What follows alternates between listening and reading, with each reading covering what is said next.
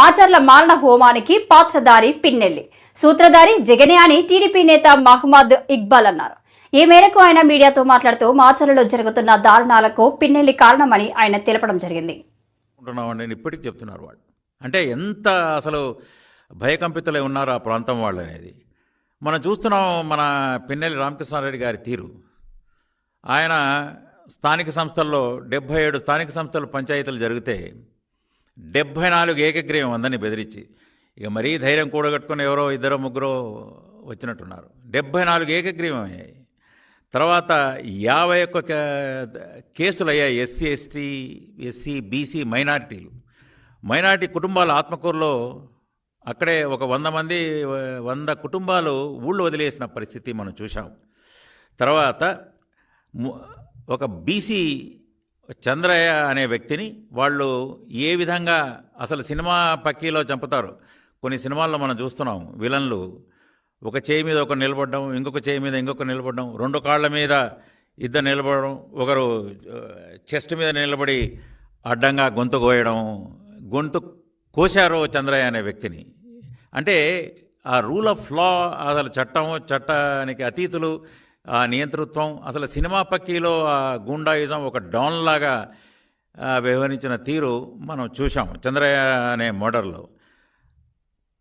పిన్నెల్లి రామకృష్ణారెడ్డి గారు మంత్రి పదవి ఏదో ఆశించినట్టున్నారు. సరే, మీరు ఒక ఈ కాస్ట్ ఈక్వేషన్స్లో రాదు అనే విషయంలో ఇవాళ కూడా పేపర్లో చూశాను నేను. కానీ జగన్మోహన్ రెడ్డి గారు ఆయనకు ఫ్రీ హ్యాండ్ ఇచ్చారు. నాయనా, మీరు ఏ విధంగానైనా అతను ఆధిపత్యం సంపాదించుకో, డబ్బులు సంపాదించుకో, అది గ్రానైట్లా, తర్వాత సుమారుగా 2000 కోట్ల వరకు, అది గ్రానైట్ కానివ్వండి, మద్యం కానివ్వండి, ఇసుక కానివ్వండి, ఆ పక్కన బార్డర్ మనకు ఈ తెలంగాణ బార్డర్ ఉంది కాబట్టి ఇక వాళ్ళ చెక్ పోస్టులే నడుస్తున్నాయనేది అక్కడ ఎవరిని అడిగినా అది కామన్ నాలెడ్జ్, అది ఎవరిని అడిగినా చెప్తారు. ఇది కేవలం జగన్మోహన్ రెడ్డి గారి ప్రభుత్వం స్థానిక సంస్థలను ఏ విధంగా నిర్వీర్యం చేసింది మనం చూసాం. ఎవరు అక్కర్లేదు మాకు, డబ్బు, ఇసుక, మద్యం, డబ్బు. ఈ డబ్బుతో ఈ ప్రజాస్వామ్యయుతంగా కానీ ఇక ఏం లేదు. పోలీసులను కూడా మనం చూసాం ఏ విధంగా వాళ్ళు పోలీసులను, రెవెన్యూ వ్యవస్థని కూడా, ఇద్దరిని మనకు కావలసిన వాళ్ళని మనం నియమించుకుందాం. ఇక్కడ కేంద్రంలో పెత్తందారి పోకడలను పదే చెప్తున్నారు. పెత్తందారి పోకడలు ఇక్కడున్నాయి. పెత్తందారులు, అసలైన పెత్తందారులు ఇక అధినాయకుడు, వాళ్ళ చుట్టూ ఉన్న 4, ఇసుక ద్వారా మద్యం డబ్బులు, దీన్ని ద్వారానే మేము గెలవగలం. ప్రజాస్వామ్యయుతంగా లేదు. చంద్రబాబు గారి మీదనే మనం చూసాం ఏ విధంగా ఎర్రగొండపాలెం కానివ్వండి, పొంగనూరు కానివ్వండి, రాళ్ళు వాళ్లే వేసి ఈయన మీద 307 కేసులు. ఎలక్షన్లకు ముందే బాబు గారి మీద, తర్వాత వాళ్ళ టీం మీద, మళ్ళీ ఇంపార్టెంట్ నాయకుల మీద రాళ్ళు వైఎస్ఆర్సీపీ వాళ్లే వేయించి, దాడులు వీళ్లే చేయించి, కేసులు 307 కేసులు వీళ్ల మీద, చిన్న పెట్టి కేసులు తెలుగుదేశం నాయకుల మీదేమో అక్రమ కేసులు, వైఎస్ఆర్సీపీ నాయకుల మీదనేమో చిన్న పెట్టి కేసులు పెట్టడం మనం చూసాం. చంద్రబాబు గారిని ఏ విధంగా అసలు ఎలక్షన్ జరగనివ్వకూడదు, ఒకే పార్టీ ఉండాలి, అక్రమంగా మేము ఓట్లు గుద్దుకోవాలి. సో అధికారులను ఎస్ఐ స్థాయి నుంచి వాళ్ళని నియమించుకొని మనం చూసాం ఏ విధంగా ఆ ఎస్ఐ అక్కడ ఉన్నవాడు నియంత్రించలేకపోయాడు. 307 పెట్టి ఉంటే నిన్న బెయిల్ కూడా వచ్చేది కాదు. లేదా పిన్నెల్లి రామకృష్ణారెడ్డికి ఈవిడ 6th వరకు ఆయనకు పట్టుకోలేకపోయారు. 20 అది బయటకు వచ్చింది కాబట్టి ఏ విధంగా బయటకు వచ్చింది, ఎవరు రిలీజ్ చేశాడు, వెబ్కాస్ట్, ఇది కాదు అక్కడ వచ్చింది. అతను ఇన్వాల్వ్ అయి ఉన్నాడు. ఆ విధంగా ఆయన ప్రిసైడింగ్ ఆఫీసర్ కూడా భయకంపితుడయ్యాడు అనేది ఎవరిని అడిగినా చెప్తారు. 2000 కోట్ల వరకు లూటీ. ఇదే మేము ఒక ప్యారలల్ డ్రా చేస్తున్నాం. మీరు ఈ మధ్య 22వ వార్డు జనసేన కార్పొరేటర్ పీతల మూర్తి యాదవ్ చేస్తున్న అన్యాయాలను, అక్రమాలను కొన్ని న్యూస్ పేపర్లలో వస్తే నేను వాటిని సోషల్ మీడియాలో పెట్టి ప్రశ్నించడం జరిగింది. ఎల్లప్పుడూ ప్రెస్ మీట్ పెట్టుకుని ఈయన ప్రశ్నిస్తుంటారు. నేను ఈయన్ని ప్రశ్నించకూడదు అని అన్నారు. అయితే నేను ఫిల్మ్ మేకర్ కూడా వర్క్ చేస్తాను. నా ప్రొఫెషన్ ఫిల్మ్ మేకర్. అయితే ఈరోజు నేను 22వ వార్డు జనసేన కార్పొరేటర్ పీతల మూర్తి యాదవ్ అనే పర్సన్ చేసే అన్యాయాల్ని క్వశ్చన్ చేస్తానని 22/5/2024 మధ్యాహ్నం 12:20 నా మీద వాళ్ళ అనుచరులతో దాడి చేయించాడు. అయితే అదే విషయాన్ని నేను పోలీస్ స్టేషన్లో కంప్లైంట్ పెట్టాను. ముందుగా 100కి డైల్ చేశాను నా ప్రొటెక్షన్ కోసం. 100కి డైల్ చేస్తే వాళ్ళు ఒక నెంబర్ ఇచ్చారు. ఆ నెంబరు పంచ్ అయిపోగా నేను స్టేషన్కి వెళ్ళి కంప్లైంట్ పెట్టాను. కంప్లైంట్ పెట్టిన తర్వాత ఈ రోజుకి ఎవరు స్పందించలేదు. స్టేషన్ నుంచి నాకు న్యాయం అయితే జరగలేదు. అలానే పీతలమూర్తి ఆమె ఎందుకు దాడి చేయించాడంటే అతను చేస్తున్న సెటిల్మెంట్లు, దందాలు, అన్యాయాలు, అక్రమాలు ప్రతీదీ నేను చేస్తున్నానని చెప్పి, అలానే అతను చేసే ఆడపిల్లల్ని, డబ్బున్న ఆడపిల్లల్ని ఎలాగా వల వేస్తున్నాడని ప్రతిదీ పేపర్లో ఆర్టికల్ చూసి దాన్ని ఎందుకు క్వశ్చన్ చేయట్లేదు. ఇది 2024లో మధ్యాహ్నం 10:30కి నా మీద దాడి చేశారు. అయితే అతను చేస్తున్న అన్యాయాలని ప్రశ్నించేందుకే నా మీద ఎలా దాడి చేస్తే మరి ప్రతిరోజు అతను ప్రెస్ మీట్లు పెట్టి ప్రతి ఒక్కరిని క్వశ్చన్ చేస్తున్నాడు. అలాంటప్పుడు అతని మీద ఎందుకు ఎవరు దాడి చేయలేదు? అలానే క్వశ్చన్ చేస్తే ఎలాగే దాడి చేస్తారా? అలానే ఒకరోజు రోడ్డు మీద బతుకుతున్న తోపుడు బళ్ళు వాళ్ళ పొట్ట మీద కొట్టాడు. ఆ షాప్లోకి తీసాడని చెప్పి జస్ట్ నార్మల్గా నేను వెళ్ళి మాట్లాడినందుకు ఈరోజు మా నాన్నగారు డ్యూటీని కూడా తీసేశారు. దానికి నేను ఏ రోజు అతను క్వశ్చన్ చేయలేదు. మా నాన్నగారు డ్యూటీ తీసినందుకు కూడా నేను అతను క్వశ్చన్ చేయలేదు. ఎందుకంటే ప్రతిదీ న్యాయం జరుగుతుందని పోలీసులు స్పందించలేదు. అలానే నేను కమిషనర్ గారికి కూడా కంప్లైంట్ పెట్టాను. కమిషనర్ నుంచి కూడా నాకు అసలు కనీసం స్పందించకుండా ఉన్నారు. కమిషనర్ ఆఫీస్ నుంచి కూడా. అలానే సిపిని కలుద్దామని నేను రోజు తిరుగుతూనే ఉన్నాను, కానీ ఎవరు అసలు కనీసం పట్టించుకోవట్లేదు. అంటే సిపి గారిని కలవడానికి వీల్లేదని అనేస్తున్నారు. అలానే నేను ఆర్ఓ ఆఫీస్కి కూడా, కలెక్టర్ గారికి కూడా పెట్టాను. కంప్లైంట్ పెట్టినా సరే ఈ రోజు కూడా దాని నుంచి కూడా రెస్పాండ్ అయితే లేదు. ఈ రోజు నాకు జరిగిన అన్యాయం నార్మల్ ఒక ఎంపీ అభ్యర్థికి ఇలా జరిగితేనే కనీసం ఎవరు పట్టించుకోవట్లేదంటే సాధారణమైన మనిషి అతని పరిస్థితి ఈ రోజు ఎంపీ అభ్యర్థిగా పోటీ చేసిన నా మీద ఎంత దాడి చేశారంటే ఈ రోజు వాళ్ళ మీద యాక్షన్ కూడా తీసుకోలేనప్పుడు రేపు పొద్దున్న ఇంకెవరి మీద యాక్షన్ తీసుకుంటారు? పోలీసులే ఇలా లంచాలు తీసుకొని ఈ రోజు అతను చేసిన ప్రతి లంచం ఇచ్చి నేను ఎవరి దగ్గరికి వెళ్తే వాళ్ళ దగ్గరికి లంచం ఇచ్చి నన్ను ఆపించేస్తున్నారు. ఎవరిని కలవట్లేదు. ఈ రోజు నాకు న్యాయం జరగకపోతే ఖచ్చితంగా ఇది నేను చీఫ్ ఎలక్షన్ కమిషన్ దగ్గరికి, నెక్స్ట్ అలానే చీఫ్ ఎలక్షన్ ముఖేష్ మీనా గారికి, అందరికీ నేను స్టేట్ అసెంబ్లీ ప్రతి దగ్గరికి నేను వెళ్ళి ఖచ్చితంగా దీనికోసం క్వశ్చన్ చేస్తాను. ఎంతవరకైనా ఎంత దూరమైనా నేను వెళ్తాను. ఎందుకంటే దీన్ని ఎక్కడితో నేను వదిలిపెట్టాను. ఎందుకంటే పీతలమూర్తి యాదవ్ అన్నాడు నా ఒక్కడి విషయంలోనే కాదు, ప్రతి ఒక్క విషయంలో జోక్యం చేసుకుని వెళ్తున్నాడు. అలానే ఏ రోజు అతను ఎన్ని చేసినా సరే నేను ఏ రోజు క్వశ్చన్ చేయలేదు. కేవలం ఫేస్బుక్ పోస్టులు పెట్టినందుకే నా మీద దాడి చేశారు. ఆ రోజు నా మీద చంపడానికి మాత్రమే వాళ్ళందరినీ పంపించాడు. కానీ చుట్టుపక్కల ఉన్న ప్రతి ఒక్కడు నా ఏరియాలో ఉన్న 22వ వార్డు వాసులు, మంగాపురం కాలనీ వాసులు అందరూ నన్ను కాపాడారు. కాపాడలేకపోతే ఆ రోజు నేను చనిపోవాలి. ఆ రోజు నా మీద ముగ్గురు నా మీదకి వచ్చినప్పుడు మటన్ షాప్ దగ్గర కత్తి తీయపోగా ఆ మటన్ షాప్ వాడు కత్తి లాగేశాడు కాబట్టి నా మీద నేను ఈ రోజు ప్రాణంతో బయటపడ్డాను. అలానే మటన్ షాప్ దగ్గర అతను ఎప్పుడైతే కత్తి తీసేస్తాడో నా దగ్గర అక్కడ ఉన్న బకెట్ని తీసి నా మీద ఎసరిపోతే అక్కడ ఉన్న స్త్రీలందరూ కలిసి వాళ్ళు అడ్డేసి నన్ను ఇంటికి తీసుకుని వెళ్ళిపోయారు. సెక్షన్ ఎఫ్ఐఆర్ ఫైల్ చేస్తాం అంత కామన్ చెప్పండి అని నన్ను రిక్వెస్ట్ చేశారు. ఇంత దాడి జరిగితే, ఒక ఎంపీ అభ్యర్థి మీద అంత దాడి జరిగితే 324 సెక్షన్ పెట్టడం ఏంటి అని ఎఫ్ఐఆర్ కాపీ మీద నేను సైన్ చేయలేదు, నేను చేయనని చెప్పాను. వాళ్ళు రిక్వెస్ట్ చేశారు. అయినా సరే నేను అసలు ఎఫ్ఐఆర్ ఫైల్ మీద సంతకం పెట్టకుండా నేను ఎవరి దగ్గరికి వెళ్తాను, చీఫ్ ఎలక్షన్ కమిషన్ కూడా ఇది నేను కంప్లైంట్ చేస్తాను. విశాఖ గాజువాక ఎన్నికల కౌంటింగ్ సందర్భంగా సమస్యాత్మక ప్రాంతాల్లో నగర పోలీసు కమిషనర్ ఆదేశాలతో కార్డ్ అండ్ సెర్చ్ నిర్వహించిన సౌత్ ఏసీపీ త్రినాథ్ గాజువాకలోని జెన్నారం కాలనీలో ఉదయం 6 నుంచి 9 వరకు తనిఖీలు. ఎన్నికల కౌంటింగ్ సందర్భంగా సమస్యాత్మక ప్రాంతాల్లో నగర పోలీస్ కమిషనర్ ఆదేశాలతో కార్డ్ అండ్ సెర్చ్ నిర్వహించిన సౌత్ ఏసీపీ త్రినాథ్ గాజువాకలోని మంగళపాలెం జేఎన్ఎన్యు ఆర్ఎం కాలనీలో ఉదయం 6 నుండి 9 వరకు తనిఖీలు. సరైన పత్రాలు లేని 32 బైకులు సీజ్. రౌడీ సీటర్స్ కదలికలపై నిఘా. సౌత్ ఏసీపీ త్రినాథ్ జూన్ 4న కౌంటింగ్ పూర్తయ్యే వరకు నగరంలోని సమస్యాత్మక ప్రాంతాల్లో తనిఖీలు జరుగుతాయి.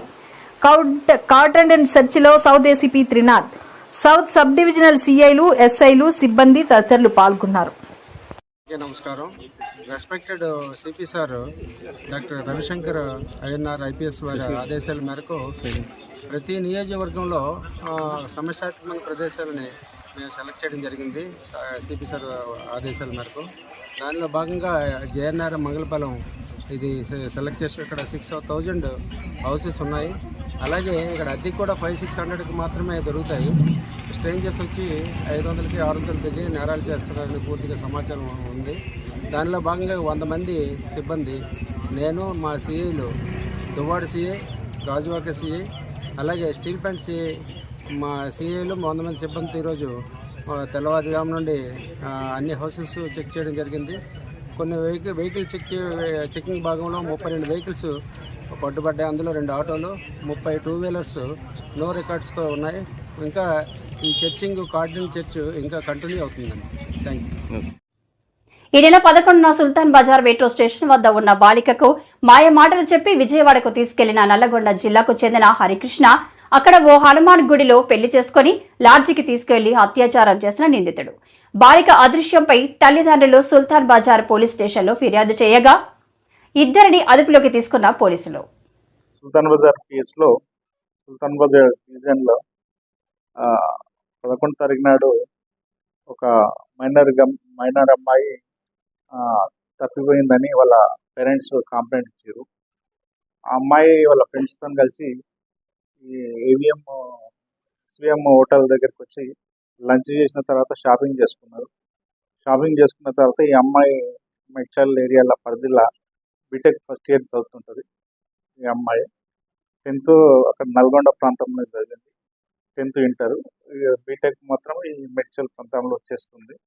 అయితే ఈ అమ్మాయి ఏంటంటే ఈ అమ్మాయి వాళ్ళ ఇద్దరు ఫ్రెండ్స్ చెప్పడం ఏంటంటే ఇతను పేరు హరికృష్ణ, మాధవ హరికృష్ణ, సన్నాం నరసింహ, ఈయన ఏజ్ 27. ఇతను సెంటరింగ్ పని చేస్తాడు. యాక్చువల్లీ సెంటరింగ్ పని చేస్తాడు.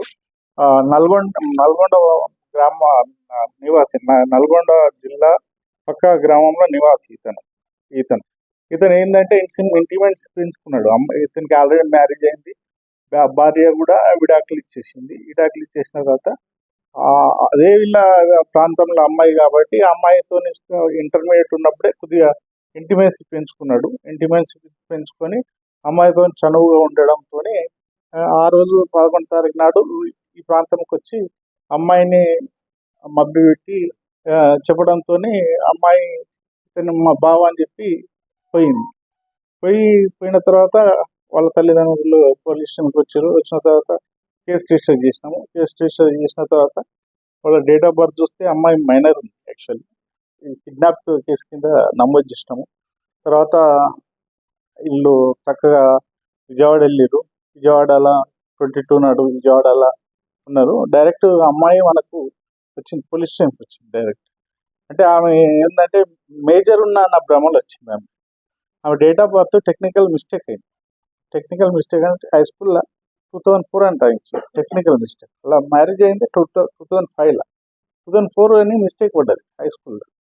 అయితే దాంట్లో ఇన్స్పెక్టర్ గారు ఏం చేశారంటే పెట్లబుజ్జి హాస్పిటల్లో ఉన్న రికార్డును పరిశీలించి వాళ్ళ అమ్మను ఎగ్జామ్ చేస్తే నాకు 2005లో మ్యారేజ్ అయింది, నాకు పెట్లబుజ్జిలో నేను ప్రసవం చేసిన అయింది, నాకు అమ్మాయి పుట్టిందంటే ఆ రికార్డు చూస్తే అది మన 2006 ఉన్నది పుట్టింది. అప్పుడు మైనర్ కాబట్టి ఇమీడియట్లీ అమ్మాయిని మనం వాళ్ళ మదర్ సమక్షంలో తీసుకొని విచారణ చేసి తర్వాత మేజిస్ట్రేట్ ముందుట మనం ప్రవేశపెట్టిన తర్వాత మేజిస్ట్రేట్ గారు స్టేట్మెంట్ రికార్డ్ చేసిన తర్వాత ఈ kidnap and penetration of assaulting sex తర్వాత ఈ యాక్ట్లన్నీ పెట్టి ఇతన్ని ఈ బాలిక మీద అండర్ 18 ఇయర్ ఏజ్ ఉన్న బాలిక మీద ఇటువంటి హేయమైన చర్య చేసినందుకు అతన్ని ఈరోజు పోలీస్ రిమాండ్కు తరలించి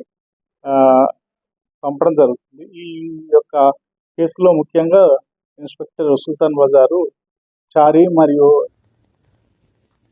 బెంగళూరు రేవ్ పార్టీతో తనకు సంబంధం లేదని మంత్రి కాకాని గోవర్ధన్ రెడ్డి తెలిపారు. అవసరమైతే బ్లడ్ శాంపిల్ ఇవ్వడానికి తాను సిద్ధమని చెప్పారు. నాపై ఆరోపణలు చేసి సోమిరెడ్డి తన బ్లడ్ శాంపిల్ ఇవ్వగలరా? నా పాస్పోర్ట్ నా దగ్గర ఉంది అని అన్నారు. పాస్పోర్టు దీనికి సమాధానం చెప్పు. నీకు దొరికినటువంటిది ఎక్కడా? నీకు దొరికినటువంటిది ఏంది? నువ్వు చెప్పినటువంటి అబద్ధాలా నిజమా?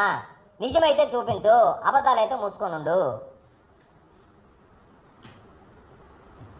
జాగ్రత్త ఆయన, మళ్ళీ అమ్మని దీన్ని తీసుకుపోయి అమ్మని వాడాడని కొట్టేసి అమ్మని దీని అమ్మని మళ్ళీ నా దగ్గర దొరికిందని చెప్తాడు. జాగ్రత్తగా పెట్టండి. కాబట్టి దానికి సంబంధించి నోరెత్తలేకపోయాడు. ఇంకోటి ఏం చెప్పాడు, నా కారు అక్కడ దొరికింది అన్నాడు. నీకు దమ్ము ధైర్యం ఉంటే మరలా నీకు ఛాలెంజ్ విసురుతున్నా, నాకు ఆ కారుతో ఉన్నటువంటి సంబంధాలను రుజువు చేయమన్నా నువ్వు చేయలే. ఆ కారుకు సంబంధించినటువంటి సీ బుక్ ఉంది, ఇదిగో ఆ సీ బుక్ సంబంధించి తుమ్మల వెంకటేశ్వరరావు అనే అతని పేరుతో ఉంది. అతని కానీ లేదా అతనికి ఎవరికైనా ఇచ్చినటువంటి వాళ్ళకి కానీ ఆ కారుకి కానీ నేను ఎప్పుడో ఆ కారు నాదేను అని చెప్పి మాట్లాడారు. ఆ కారుతో సంబంధం ఏదన్నా ఉంటే, నాకు సంబంధించినటువంటి కారు నువ్వంటే దానికి ఏదన్నా ఒక ఆధారం చూపించి, ఇదిగో నా దగ్గర ఆధారం ఉంది, ఆర్సీ బుక్ ఉంది, ఆ కారుకి సంబంధించి తుమ్మల వెంకటేశ్వరరావు అనే అతని పేరుతో, రైట్, ఆ కారుకి నా స్టిక్కర్ ఉంది. స్టిక్కర్ ఉంది కాబట్టి అది ఏ విధంగా పోయిందన్న తర్వాత నేను నెల్లూరు ఎస్పీ గారికి మా పిఏ వెళ్ళి కంప్లైంట్ ఇవ్వడం జరిగింది. ఎందుకంటే మాకు ఇచ్చినటువంటి స్టిక్కర్లు 3 స్టిక్కర్లు ఏదైతే ఇస్తారో ఆ 3 స్టిక్కర్లు మా బళ్ళకు ఉన్నాయి. కాబట్టి ఈ స్టిక్కర్ రావడానికి అవకాశం లేదు. ఇది దొంగతనంగా తయారు చేశారా, జెరాక్స్ తీశారా, లేకపోతే మరేదైనా దీంట్లో కుట్రకోణం ఉందా అనేటువంటి దాని మీద నెల్లూరులో ఎస్పీ గారికి ఇచ్చాం. ఎస్పీ గారు నెల్లూరు 5th టౌన్లో ఈ కేసుని ఎఫ్ఐఆర్ చేయించాడు. ఆ ఎఫ్ఐఆర్ కాపీ ఇది. దాని మీద ఎఫ్ఐఆర్ మీద పోలీస్ ఇన్వెస్టిగేషన్ జరుగుతుంది. అంటే కారుతో నాకు సంబంధం ఉందా, కారుకు సంబంధించినటువంటి ఓనర్ వివరాలు ఏ విధంగా ఉన్నాయి, దాని అన్నిటితో పాటు వాళ్ళు ప్రధానంగా తీసుకునేటువంటిది ఏంటంటే ఆ కారు స్టిక్కర్ ఏ విధంగా పోయిందనేటువంటిది. కారు స్టిక్కర్ అక్కడికి వెళ్ళింది, దాని మీద ఉంది. ఆ స్టిక్కర్ ఎవరు దొంగిలించారు, ఏ విధంగా వెళ్ళింది అనేటువంటి దాని మీద పోలీసు విచారణ చేయాలి. కాబట్టి దానికి సంబంధించినటువంటి పోలీస్ కంప్లైంట్ లాడ్జ్ చేయడం జరిగింది. అదేవిధంగా ఈరోజు ఆ గోపాల్ రెడ్డి ఎవరో చెప్పాడు, నాకు ఆ గోపాల్ రెడ్డి ఎవరు అనేటువంటి వాడు తెలియదు. మరలా చెప్తున్నా, ఆన్ రికార్డ్ చెప్తున్నా, తెలియదు. నీకు నాతో అతనికి పరిచయం ఉండేటువంటి ఏ ఒక్క ఆధారమైన రుజువు చెయ్యి. కానీ నువ్వు చెప్పినటువంటి దాంట్లో ఎంత వాస్తవం అంటే టైమ్స్ ఆఫ్ ఇండియాలో ఒక ఆర్టికల్ రాసింది, ఇదేది కర్ణాటక పోలీస్ కమిషనర్ ఇచ్చింది. దీంట్లో ఏమన్నాడు, a press release stated the farm house was rented out to event management company Messrs Victory which organized birthday party on the night of May 19th. Neither కాన్కోట్ nor Gopal Reddy was involved in organizing it claimed. ఇది Karnataka police commissioner ఏమన్నాడంటే అసలు గోపాల్ రెడ్డి అనేటువంటి అతనికి ఈ పార్టీతో సంబంధం లేదన్నావు అని వాళ్ళు ఇస్తున్నారు. సంబంధం లేని గోపాల్ రెడ్డితో నాకు సంబంధం అంటకట్టడానికి మన సోము ప్రయత్నం చేస్తున్నాడు. ఇది ఆన్ రికార్డ్, ఇవన్నీ వాస్తవాలు చెప్తున్నా నేను. విశాఖ స్టీల్ ప్లాంట్ ఒక నగరంలో కార్మికులు నివాసం ఉంటున్న క్వార్టర్స్ పై పెంచిన విద్యుత్ ఛార్జీలు సర్క్యులర్ ను ఉపసంహరించుకోవాలని 78వ ward corporator B Gangarao demand చేశారు. విద్యుత్ ఛార్జీలు అవి చెల్లుబాటు కానటువంటి కూడా మీరు అర్థం చేసుకోవాలి.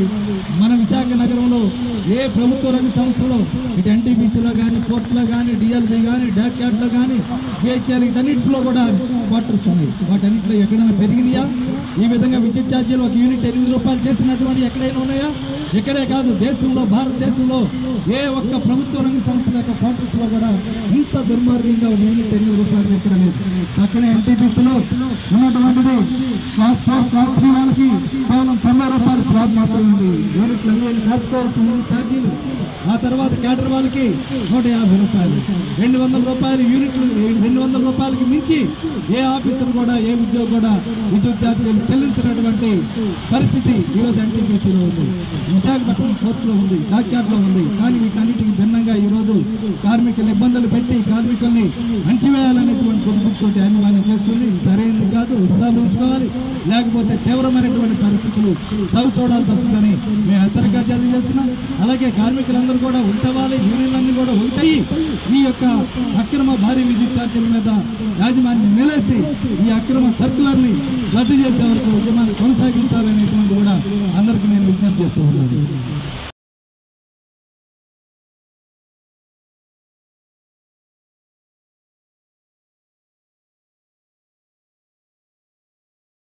మేము డిమాండ్ చేస్తూ ఉన్నాం.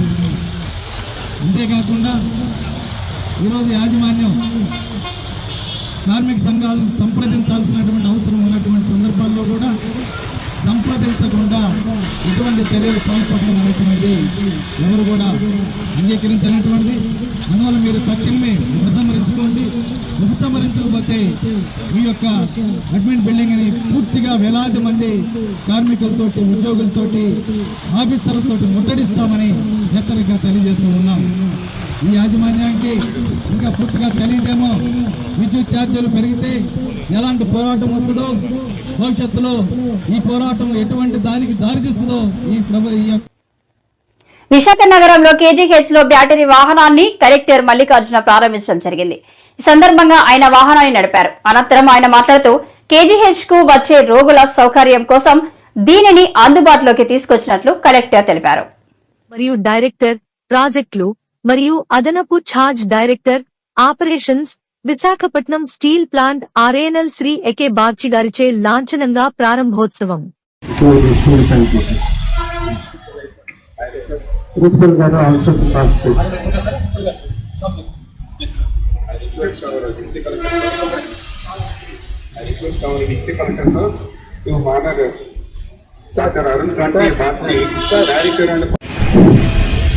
అందరికీ నమస్కారం అండి. So in fact very valuable contributions from the student. I would like to heartfully thank the RNL management and especially Director Arun Kaunti Bakshi garu, the director of the project. And also I would like to convey our sincere gratitude to the TMD also on this platform.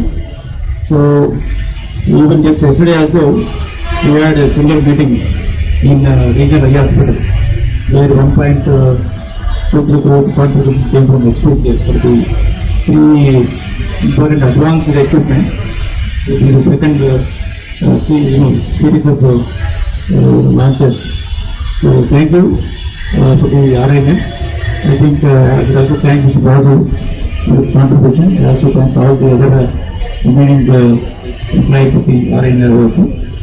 So the kind of interest shown by the Superintendent Dr. Ashok Kumar Garu and Dr. Putraj Garu, the entire staff, all the doctors in KG, I think this will really take us to long way.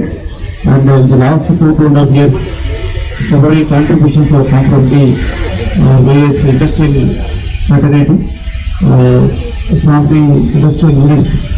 They have been continuously supporting the KGs and other hospitals. So I convey my sincere thanks to all such industrial units who have been contributing continuously to the cause of poor people in the KG. I also look forward to RAN and other industries to continuously support us in the cause of serving the poor people in the KG. I also assure from this platform the quality of treatment and services is certainly increased. Already there is a lot of improvement in the qualitative aspects. Further we commit ourselves in the improvement of the qualitative services to poor people in these cases. So once again thanks Director Projects